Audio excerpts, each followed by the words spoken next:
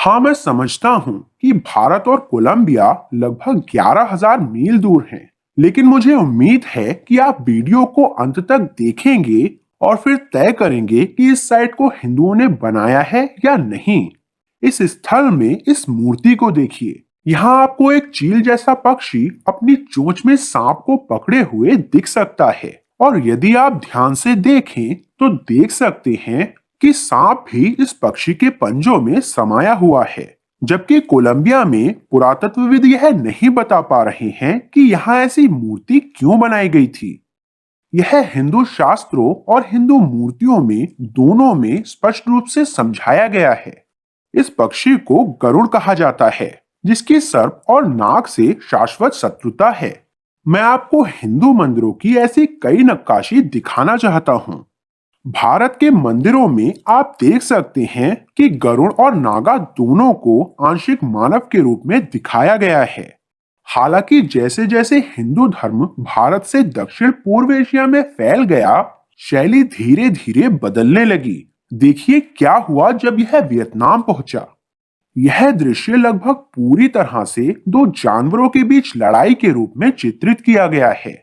वे अब हिंदू देवताओं की तरह नहीं दिखते। यह बिल्कुल वैसा ही दिखता है जैसे कोई पक्षी अपनी चोंच और पंजों में सांप को पकड़े हुए हो।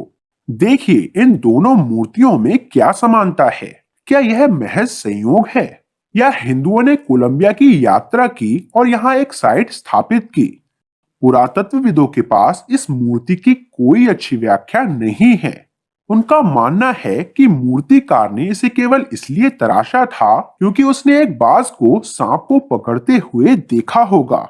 क्या यह संभव है कि ऐसा ही हो? नहीं, क्योंकि अगर ऐसा होता तो आपको केवल एक ही ऐसी मूर्ति मिलती। लेकिन इस क्षेत्र में एक ही आकृति की कई मूर्तियां मिली हैं। इसका मतलब है कि यह मूर्ति रचनाकारों के लिए महत्वपूर्ण थी। इसका कुछ गहरा अर्थ था।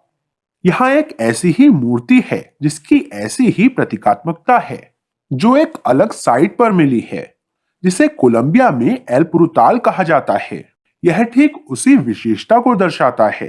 एक पक्षी अपनी चोंच और पंजों में एक सांप को पकड़े हुए है।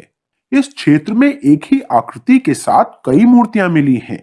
वास्तव में सैन ऑगस्टिन शहर इस मूर्ति का उपयोग अपने अनौपचारिक लोगों के रूप में करता है और इस आकृति के 1 टन स्मृति चिन्ह बेचता है, लेकिन इसका वास्तविक अर्थ समझे बिना।